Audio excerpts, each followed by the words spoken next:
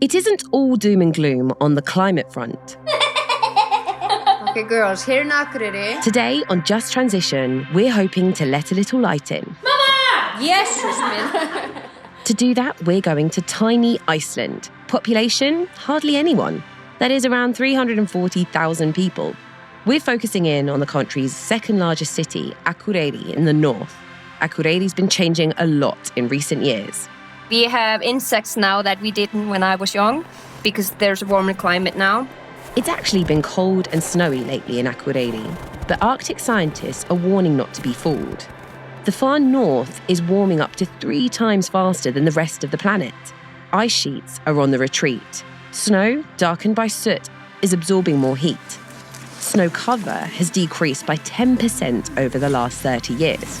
We are here standing near the place where Ok once lived. We're hoping that this memorial may serve as a prototype for other communities around the world who are interested in finding ways to come to terms emotionally and intellectually with the loss of glaciers, as with climate change more generally. This is from a recent funeral in Iceland for a glacier. It's the first to melt away, but scientists predict many of Iceland's glaciers will be gone in 200 years if global warming continues. Just so you have an idea, since 1970, the world's largest glaciers have lost 90 feet of thickness. That's 7 stories worth of ice. In response to these changes, the people of Akureyri have set themselves an ambitious goal: to become carbon neutral, to stop wasting energy, or anything for that matter. The town is inching closer to its goal, its citizens motivated in part by lessons learned from the Great Recession of 2008 and the US housing collapse. But Icelanders are lucky. They have a few natural advantages. Not everywhere in the world is so lucky to have so many green energy sources. And I don't remember having to use oil or coal to heat anything. Akureyri, Iceland. Green and going greener. Creating new jobs. And maybe becoming a model for the rest of us.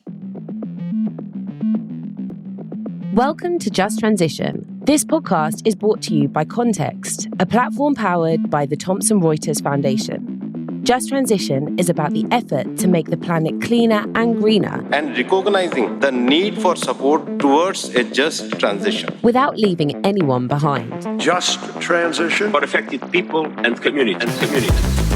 I'm your host, Iman Amrani. This podcast will look at how we are to ensure a just transition and what's at stake if it's ignored.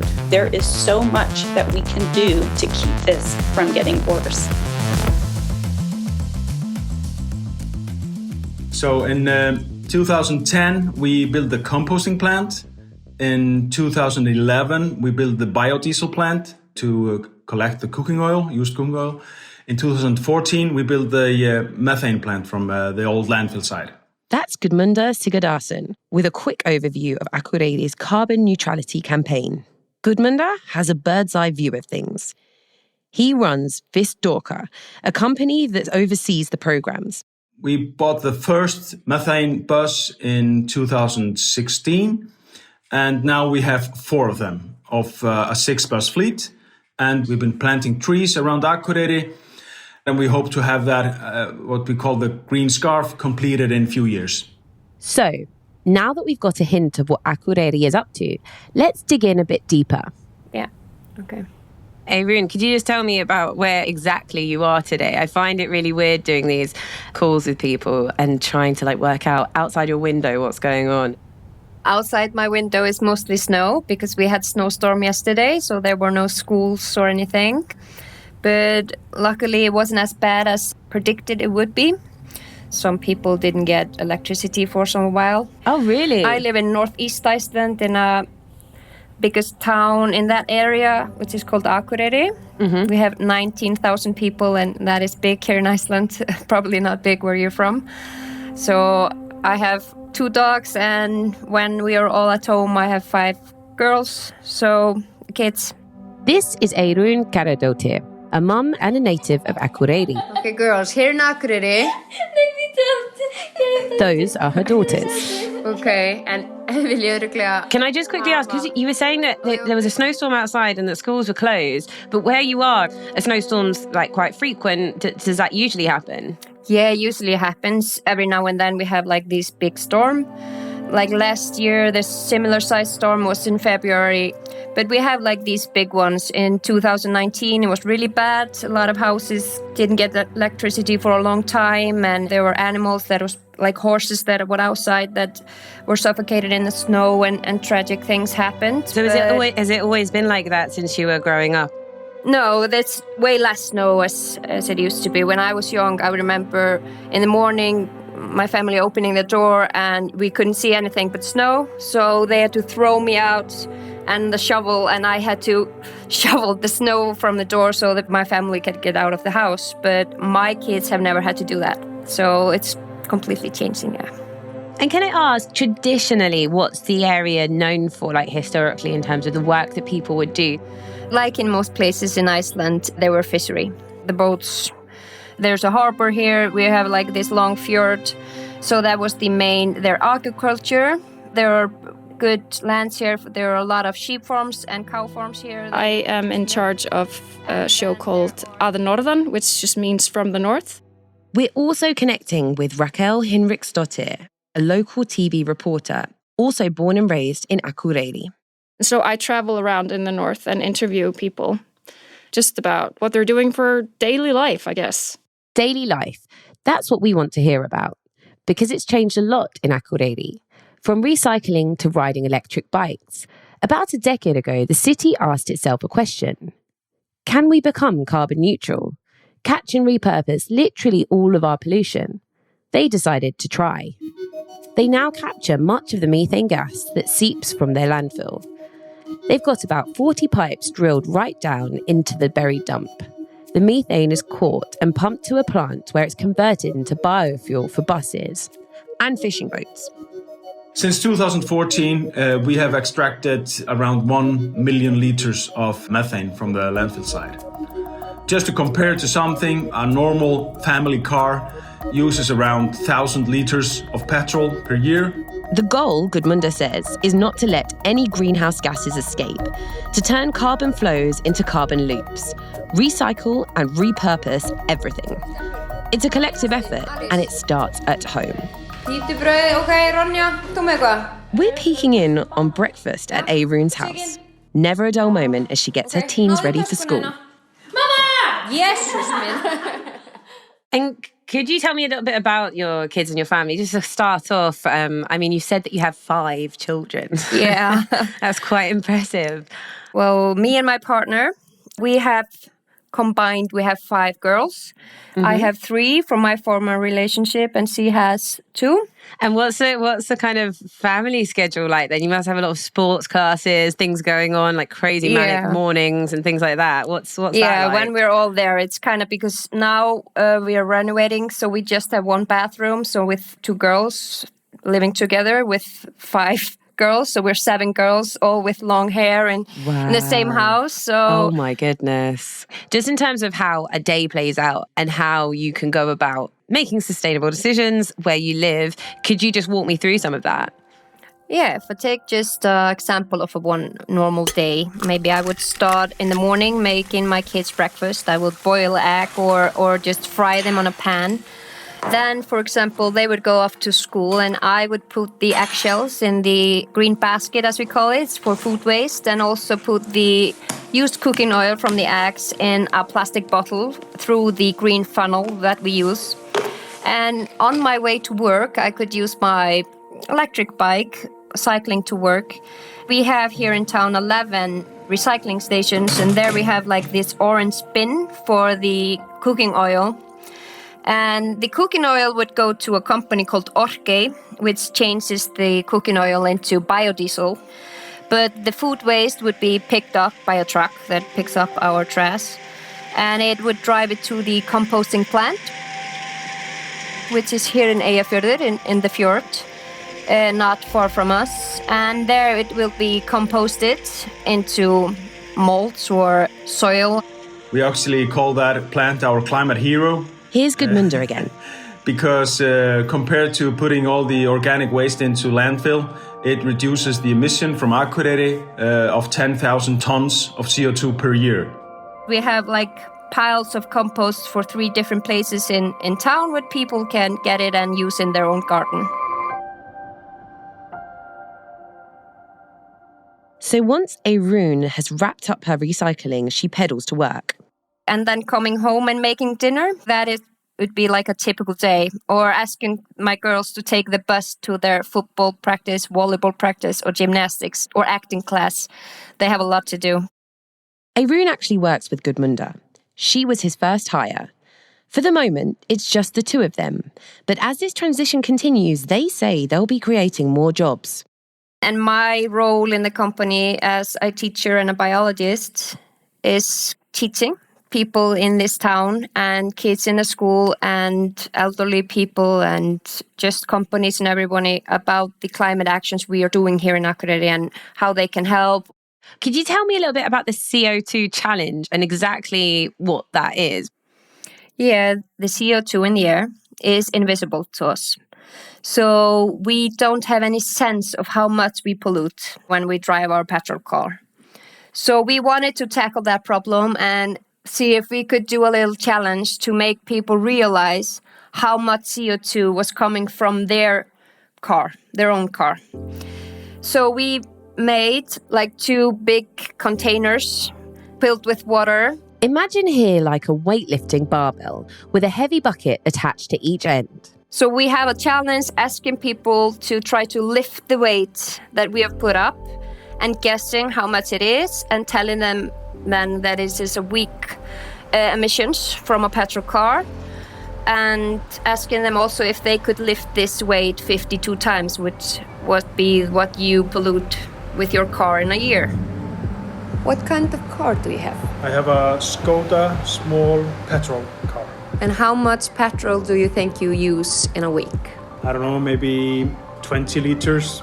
Here I have the CO2 challenge to see if people can lift their own CO2 emissions for 1 week. So Okay. do I like to try? Yes. So what would you guess this is? I don't know, maybe 40, 50 kilos? Yeah, you're close. The correct answer is 48 kilos. They're really shocked in how heavy it is. So just this awareness of, really? Is it this heavy? Like, how can that be? It's just in the air. I don't even see it. Arun's got other tricks up her sleeve, including a plan to fly huge black balloons over the town so neighbours can see how much space a car's exhaust actually takes up. She's basically scheming all the time.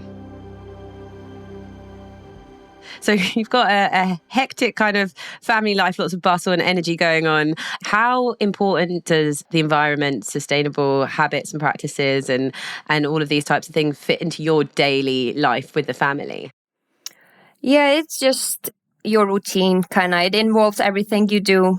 So my kids, with recycling and everything we do, they don't know anything else. And also it's in their school, it's everywhere. So this has just become the way we live. I'm also wondering, how can we have a just transition, moving away from practices that are damaging the planet and are damaging people to something that's more sustainable? Yeah, exactly. Just make it the obvious option. Yeah. Just make it like the normal, obvious option, and then I think it will just become a habit and a routine, and nobody will think about it. And that's how I feel like in the recycling system here. We've done it for 11 years, and we have generations now that don't know anything else than to recycle. Like, I have 9 categories at my home. 9 categories of recycling? Yeah. Arun's gotten her daughter, 14-year-old Alice, to run through the list for us. We recycle 3 different kinds of paper: glass, metal, plastic, food waste, and cooking oil. And lastly, we have a bin for the things we can't recycle. These kids are seriously up on the environment. Here's Arun with daughters Sigan, 11, and Briet, 12. Okay, girls, the bus is free, and we have methane bus and produce methane from the old landfill. And we try to not drive our cars. Is that important? Yes, very. Why is it important? If we drive cars and throw away food, that becomes CO2, and it's very bad.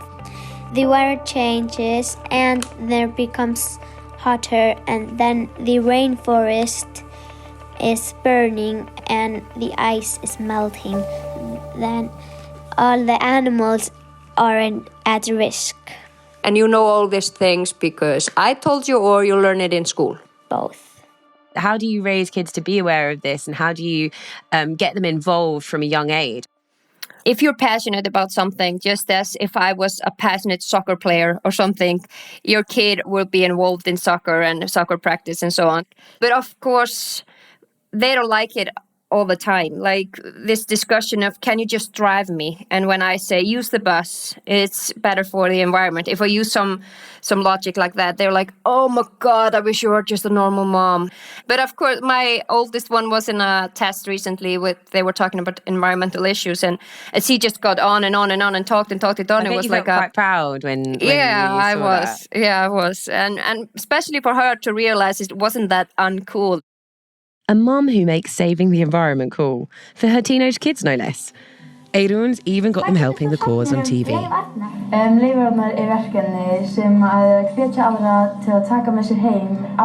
If you were watching this ad made by Iceland's public broadcaster RUV, you'd see 3 of Eirun's girls, Alice, Sigyn and Paris, sitting in a sushi restaurant chatting about composting food waste. As teens do, right? At the end, they ask their waiter for a doggy bag for their leftovers, so the food doesn't get tossed in the bin. Which changes have you really seen a transition into that has had a really kind of powerful impact? I think actually what is like has gone the most rapidly is kind of the electric bikes. Mm-hmm. When I was younger, there were not that many people going. You can see people in the wintertime having this really thick winter tires under their bicycle, and they are cycling to work all year round and have nails in their bicycle tires because of the ice. Wow. Right now, very cold, and there's snow everywhere. I'm not using my car. It's stuck in snow. This is Raquel again, the local reporter in Akureyri. Like Eirun, she's a mum and grew up here. She's only 36, but she's lived in a lot of places. It's given her perspective. I have lived in Copenhagen, which is probably one of the greenest cities in the world, I think. Mm-hmm. But I did live in the United States for 4 years as well, in Connecticut. And I don't really remember anything sort of besides the incredibly wasteful consumption. She sees that in Iceland too, but it's new. When she was a child living with her grandparents, nothing went to waste. They were very, very environmentally conscious. They were making compost way before a lot of people that I know. And we were always discussing, if I wanted to throw something out, my grandmother would ask me, are you sure you can't use it for something? And she would keep all the cereal boxes and we would create something out of them. There are still people like that around. So I interviewed this 90-year-old man right before Christmas, last Christmas, because he was raised in what I guess we call a mud hut in English, which is basically this type of house that people in Iceland used to live in because they couldn't build houses out of anything else. So they would just build houses out of mud and rocks. People were sleeping in the same beds to keep warm. And sometimes even there were farm animals in that room just for warmth. And this sort of reality seems so distant for me now. But here is this person alive, and these are his memories, and they're real. And his first Christmases that he remembers, he only got one present, and it was a candle. And they were super happy with their candle. But then people lost sight of things, Raquel says.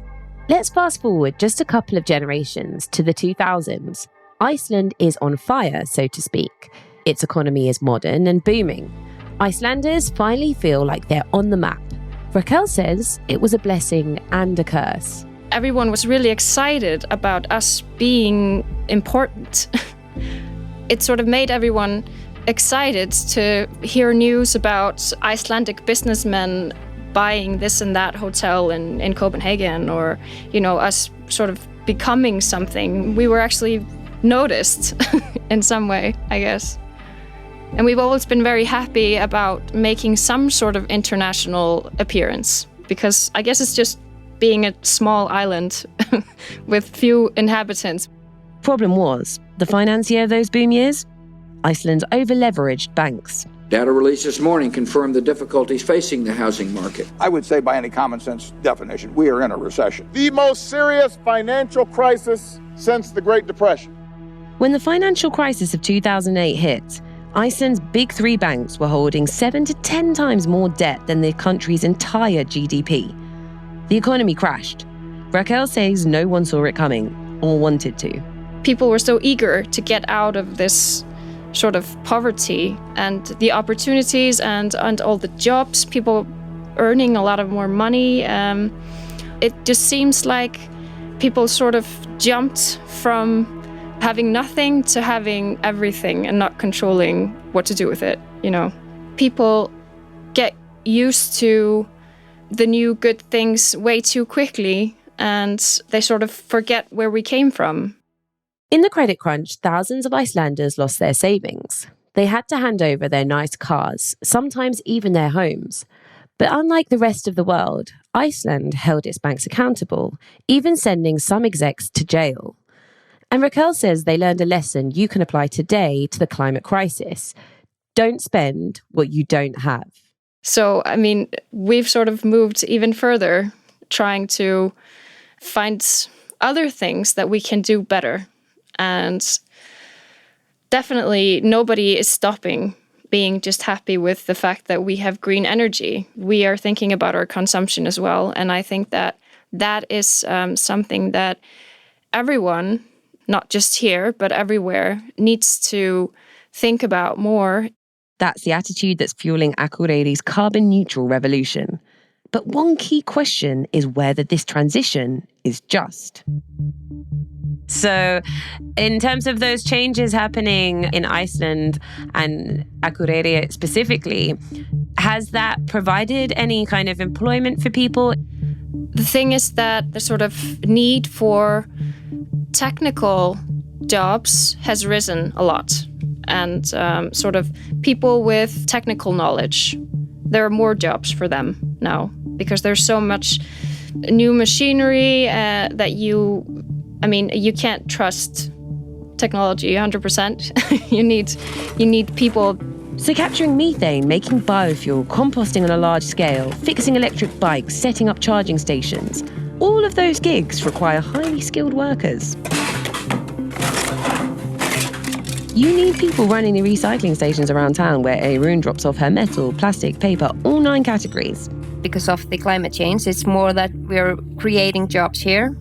Just direct jobs here in Akureyri, or at least 20, because of the climate actions we're taking. They're just creating new jobs. Engineering, for example, they're working with us. So there are a lot of in home pages, a lot of computer programming. We're doing an app or something in my workplace, and the advertising and so on. So yeah, it's been quite good here in Akureyri at least, being able to contribute to the employment market. So Akureyri is creating jobs as it moves towards that holy grail of carbon neutrality. But there's a sense of urgency, bordering at times on despair as climate change accelerates. What could you say to people who are feeling depressed looking at the way things are at the moment, and they're feeling kind of pessimistic about the future in terms of sustainability? What keeps you getting up every morning and kind of pushing ahead this agenda? What I feel is, here, for example, we have like this small town, and we decided to do things differently from the capital city or where most people here in Iceland live. So we didn't need the capital or the government to decide anything for us. This just town decided to do this. So I think it doesn't matter where in the world you are, your town or your community or just your house, you can start doing something. Because I get emails from students in Mumbai, India, asking about the YouTube video that they saw from my company. So the world is so small and they're so easy to interact with people from all over the world. Okay. Does the atmosphere become warm or cold because of all the CO2 we are putting in the atmosphere? Warm. Really warm. And what can we do to change that? Help the environment. Very good. Of course, it's crucial to have hope and believe you can change. I think it would be difficult not to if I didn't believe in the projects myself. And there it is, hope in the face of incredible challenges in Akureyri, Iceland. And all before breakfast. Thank you, Eirun and family, and Raquel and Gudmunda. And thank you all for listening to Just Transition. If you'd like to read more about Just Transitions elsewhere, head to the Thomson Reuters website. Links are in the show notes.